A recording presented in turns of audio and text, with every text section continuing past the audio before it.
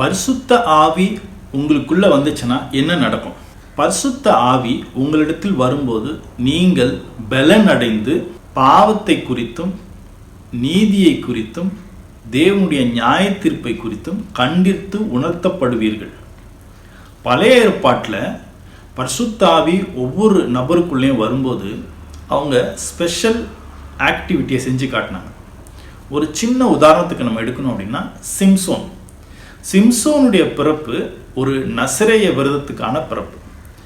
சிம்சோன் பெரிய பாடி பில்டராக இருந்தார்.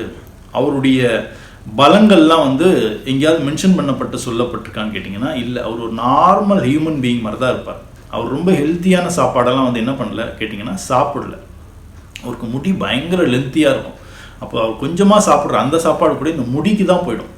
அப்படிப்பட்ட நிலைமையில் இருந்த சிம்சோன் எதிரிகள் திடீர்னு வந்துட்டாங்க அப்படின்னா இவருக்குள்ள ஹோலி ஸ்பிரிட் வந்த உடனே அந்த பரிசுத்த ஆவி இவருடைய சாதாரண பாடியாக இருக்கிற அந்த பாடிக்குள்ள பரிசுத்த ஆவி வந்த உடனே அது extreme speed, power, knowledge, idea, ஒரு சண்டையை எப்படி செய்யணும், எதிரிகள் தாக்க வரும்போது தப்பிச்சு அதே தாக்குதலை எதிரிக்கு சாதகமாக திருப்பி விட்டுறது இந்த பரிசுத்த ஆவிக்குள்ள நிரப்பப்படுறதுனால நடக்கக்கூடிய மாற்றம்.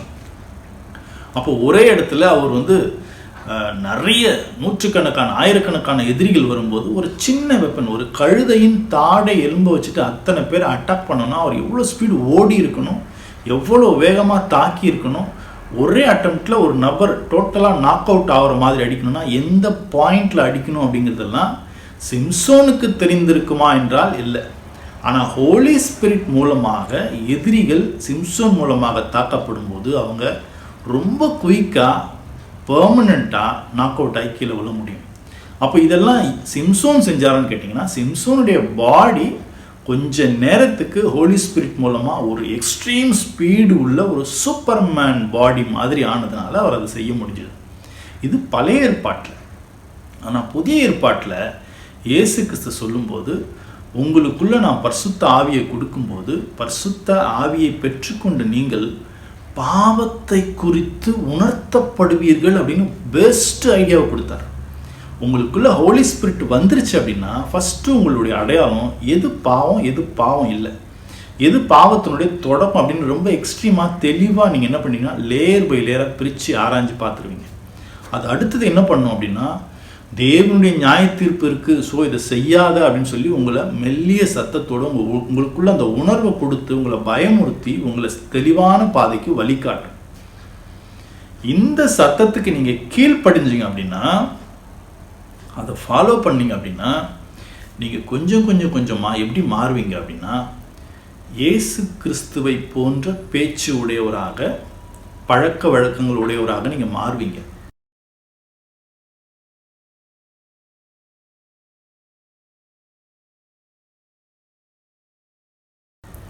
பைபிளில் யோசேப்பு அப்படின்னு ஒரு அற்புதமான கேரக்டர் இருப்பார்.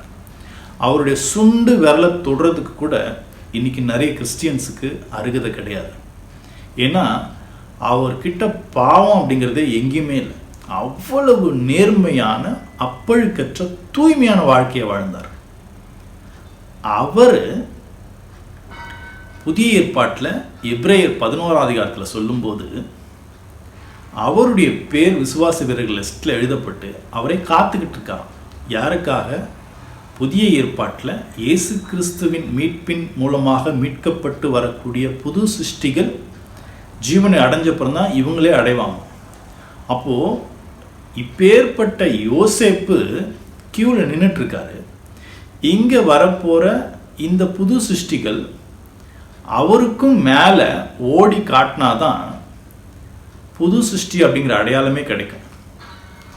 ஒரு ஓட்டப்பந்தய சாலையில் யோசேப்பை நிற்க வச்சுட்டு நம்மளையும் நிற்க வச்சோம் அப்படின்னா ஃபர்ஸ்ட் ஆஃப் ஆல் நம்ம அங்கே நிற்க முடியுமா?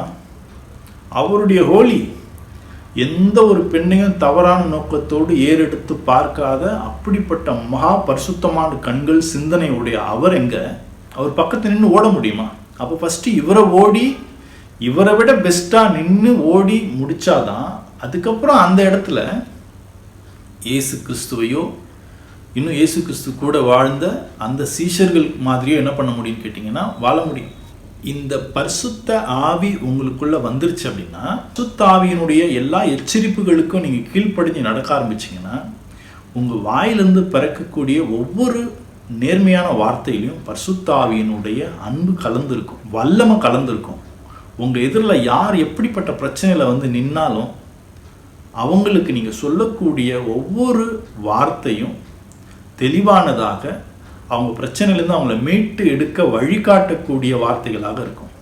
நீங்கள் சொல்லக்கூடிய ஆலோசனை 100% பலிக்கக்கூடியதாக இருக்கும். இப்பேற்பட்ட பரிசுத்த ஆவி உங்களுக்குள்ள வாசம் பண்ணணுமா? நீங்கள் அதுக்கு என்ன செய்யணும்? கமெண்ட்டில் எஸ் அப்படின்னு சொல்லுங்கள். அதுக்கான வழியை, வசனத்தை நான் உங்களுக்கு காட்டுறேன்.